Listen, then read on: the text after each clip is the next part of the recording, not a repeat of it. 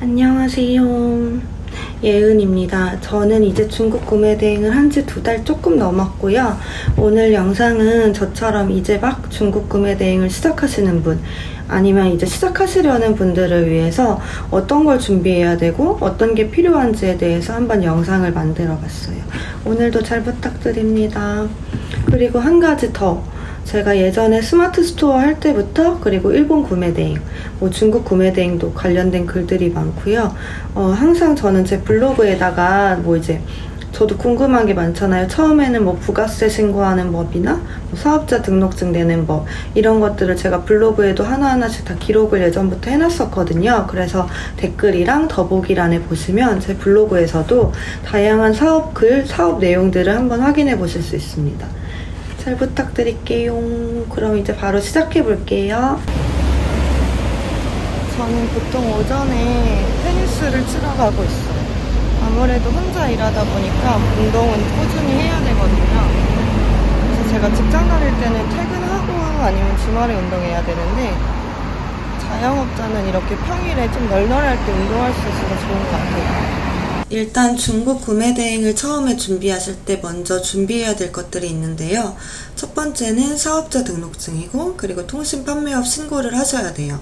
그리고 두 번째 같은 경우에는 이제 입점을 하는 건데요. 저 같은 경우는 오픈 마켓이랑 스마트 스토어에 입점을 했고요. 총 6개 마켓에 입점을 했는데 11번가, 지마켓, 옥션, 인터파크, 쿠팡, 스마트 스토어 이렇게 입점을 했습니다. 그리고 수입식품 식기 영업 등록 같은 경우는 저는 일본 구매 대행할 때 패션 브랜드를 판매하면서 일본 식품을 판매하기 위해 가지고 이때 교육을 받고 영업 등록을 해놨는데요. 일단 입에 닿는 모든 식기류는 수입식품 식기 영업 등록이 되어 있어야지만 판매를 할 수 있기 때문에 식품위생 교육을 수료하시고 수입식품 식기 영업 등록을 해두시면 됩니다. 그 다음은 타오바오 가입이고요. 그리고 마지막으로는 자금이죠. 신용카드 또는 체크카드를 사용하시면 되는데, 신용카드 같은 경우는 보통 국민가온 글로벌 카드를 다들 추천하셔가지고 지금 저 같은 경우는 그 카드랑 체크카드도 같이 사용하고 있거든요. 체크카드 같은 경우에는 저는 토스카드를 사용하고 있어요. 토스카드가 페이백이 3%라고 하는데 어쨌건 수수료 다 떼고 2% 정도 돌려주는 구조여가지고 저는 체크카드는 토스카드를 이용하고 있습니다. 그럼 이제부터 사업자 등록증부터 한번 발급받는 법을 간단하게 소개를 해볼게요. 일단 사업자 등록증 발급 같은 경우는 네이버의 국세청 홈택스를 검색해 주셔서 들어가시면 됩니다. 그래서 여기 홈택스 바로가기를 클릭하시고요. 여기 이렇게 홈택스에 들어오시면 사업자 등록이 있어요. 사업자 등록을 눌러주시고 개인 사업자 등록 신청을 해주시면 돼요. 그래서 이제 개인 사업자 등록 간편 신청을 하시면 되는데요. 통신 판매업 등록 신청을 눌러주시고요. 여기에서 저희 같은 경우는 우선은 처음이니까 간이로 선택을 해주십니다. 간이 사업으로 시작하시는 걸 추천드리고, 사업장 같은 경우는 아직 사업장이 없으시면 집 주소로 하시면 돼요. 그리고 업종 같은 경우는요, 해외 직구 구매 대행업이기 때문에 업종 코드 525105 이걸 선택해 주시면 됩니다. 예전에 몇몇 분들이 물어보셨는데, 저 같은 경우는 제가 조금 실수한 게 있어요. 저는 해외 구매 대행이 아니고 처음에 사업자 등록증을 스마트 스토어 국내 사인물로 냈었는데요. 제가 작년에 일본 구매 대행을 하면서 기존 사업자에다가 해외 구매 대행업을 부업으로 추가를 했어요. 그래서 한 사업자 등록증에 국내 사인물 그리고 부업으로는 해외 구매 대행 사업이 이렇게 합쳐진 거죠.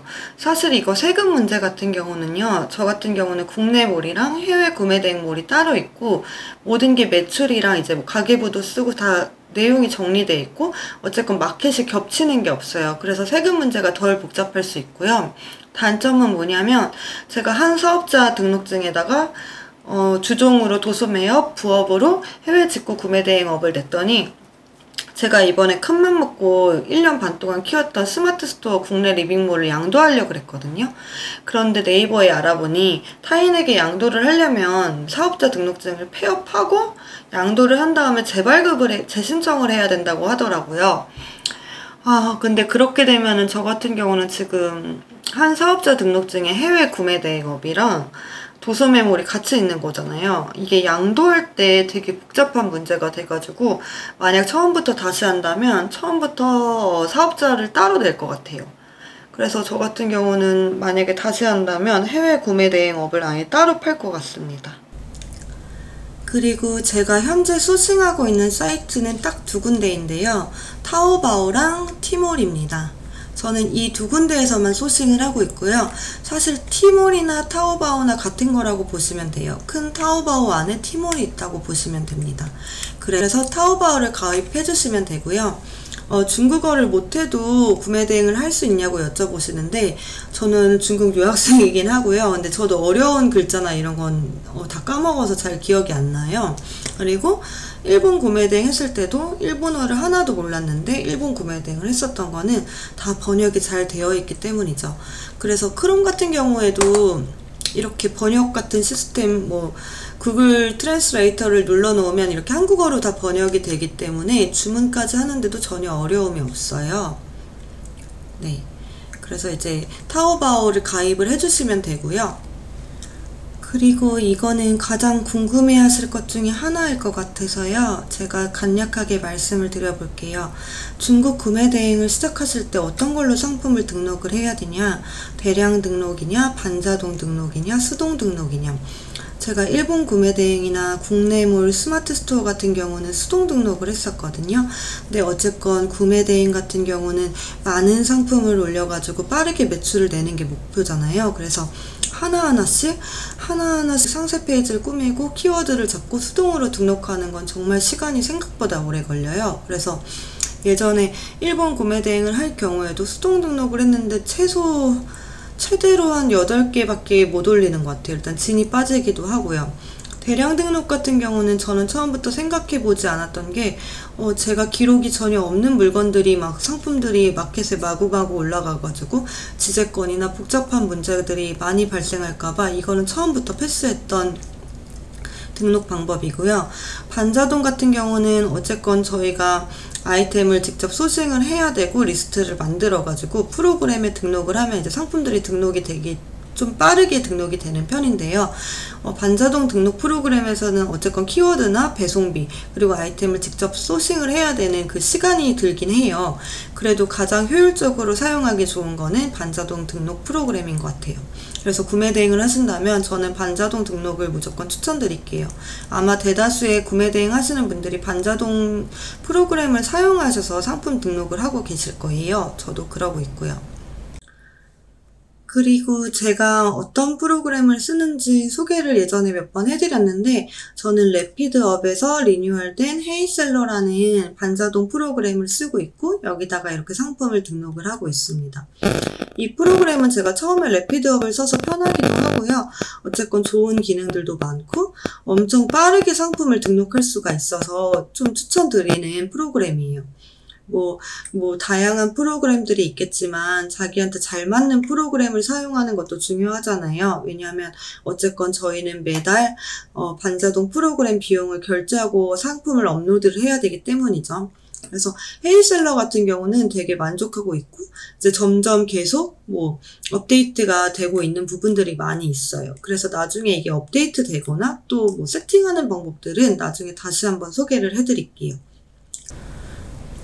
그리고 저도 처음에 중국 구매 대행을 할 때 이제 신용카드를 어떤 게 좋을지 막 알아보고 있었는데요. 그래도 제가 찾아보니까 가장 많이 추천하시는 카드가 가온 글로벌 카드더라고요. 아무래도 해외 가맹점 13% 특별 적립도 있고요. 이 카드를 많이 추천하시길래 저도 신용카드는 이 카드를 사용하고 있고 그리고 저는 체크카드는 솔직히 좀 많이 갖고 있는데 예를 들어서 구매 대행을 체크카드로 쓸 경우에는 토스뱅크가 괜찮은 것 같더라고요. 그래서 저도 이번에 신청을 했어요.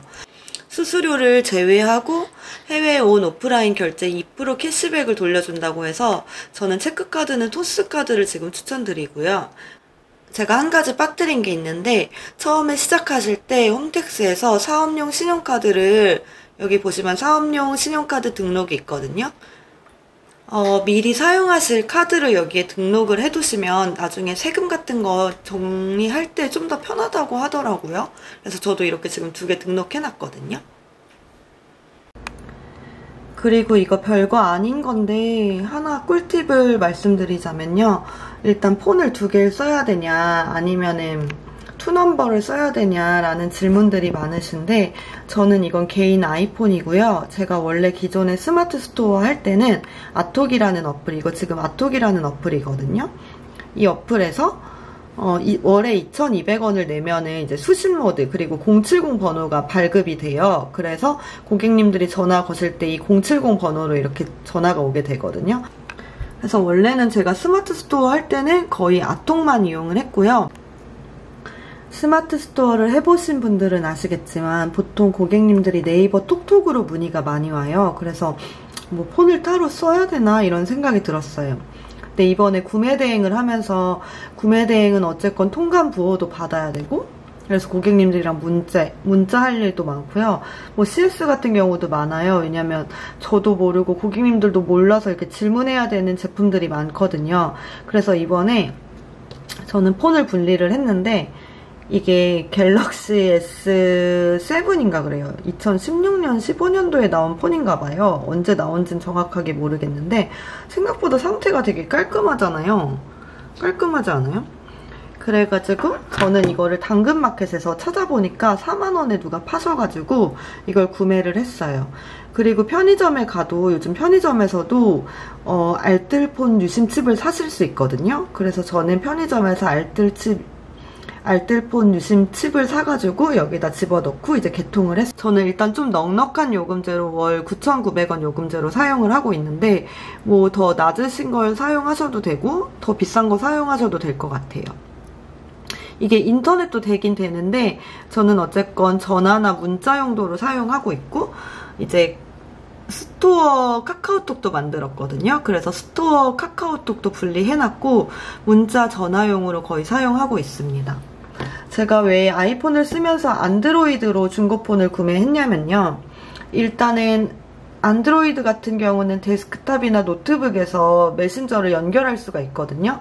매번 고객님한테 CS 하거나 문자를 보낼 때 핸드폰으로 하기 너무 귀찮잖아요. 그래서 데스크탑에다가 문자 연결을 할 수가 있어서 저는 안드로이드 폰으로 이렇게 당근마켓에서 4만원 주고 구입해서 이걸 잘 쓰고 있습니다. 그래서 구매 대행 하시는 분들은 저렴한 뭐 비싼 폰으로 새로 또 개통하실 필요 없이 잘 찾아보시면 문자 전화 잘 되는 문자 전화 인터넷 정도 되는 이렇게 옛날 폰이지만 사용 가능한 폰들이 있거든요. 처음에는 이런 폰 사용하셔도 될 것 같아요. 나중에 저도 잘 되면은 좀 더 업그레이드 폰 할 거예요. 업그레이드. 일단은 이거는 진짜 그냥 저만의 꿀팁이고요. 오늘은 이제 막 중국 구매 대행 또는 사업을 시작하시려는 분들을 위해서 어떤 걸 준비하면 좋을지에 대한 영상을 만들어 봤고요. 다음 영상에서는 초보자가 어떻게 주문 처리를 하고 어떻게 고객님에게 배송이 되는지까지에 대한 영상을 한번 만들어 보려고 해요. 예전부터 스마트 스토어를 할 때부터 좀 많은 분들이 여쭤보셨는데 시작하기 전에 강의를 들었냐, 어떤 강의를 들은 거냐 이런 질문이 되게 많아요. 저는 처음에 스마트 스토어를 할 때에도 온라인 강의는 따로 들은 적이 없고 그때 한참 붐이셨던 신사임당님이나 이제 스마트 스토어 관련 유튜브 영상을 좀 많이 찾아봤던 것 같아요. 강의도 강의인데 사실 결국에 사업은 제 거잖아요. 남이 책임져주지 않는 제 사업이 돼야 된단 말이에요. 그래서 계속 해야지, 공부만 해야지 이렇게 생각만 하지 마시고 직접 하나씩 해보시면서 부딪히고 경험해보면은 결국에 자기만의 노하우가 쌓이게 되거든요. 구매 대행도 마찬가지라고 생각해요. 저도 강의를 막 엄청 많이 보진 않았고요.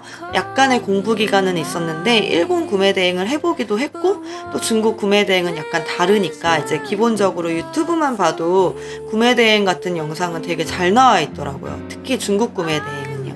일본 구매 대행은 오히려 찾는 게 조금 힘들었고요. 그래서 이제 스스로 하나씩 부딪히면서 경험해보는 걸 전 추천드려요. 그리고 매일 이렇게 하루 종일 일만 하면은 이제 좀 지치는 경향이 있잖아요. 저 같은 경우는 좀 지치더라고요. 그래서 중간중간에 별거 아니지만 취미라든지 아니면 이렇게 운동이라든지, 저는 테니스를 좋아하거든요. 그래서 일주일에 3일 정도는 테니스에 조금 시간을 쏟고 있어요. 그렇게 해서 스트레스 해소도 하고 건강도 챙기고요. 마지막으로 가장 중요한 거는 결국에 마인드셋인 것 같아요. 저 같은 경우는 반복된 일을 반복하는 거를 정말 못하는 스타일인데요. 어쨌건 중국 구매 대행 같은 경우는 특히 초반에는 계속 아이템 소싱을 하고 아이템 상품 업로드하는 거, 이게 진짜 반복된 작업이고 좀 지루해요. 저도 이걸 완벽하게 지키지 못하고 있어서 지금 스스로 저에게 하는 말이기도 한데요. 저희는 이제 빠르게 매출을 내기 위해, 그리고 사업을 하려는 이유는 돈을 벌기 위해서잖아요. 그래서 돈을 벌기 위해서 저희는 열심히 해야 된다고 생각을 하거든요. 그래서 저도 아직 초보자고 이제 시작한 지 얼마 안 됐잖아요. 단기, 중기, 장기 목표를 세우는데요.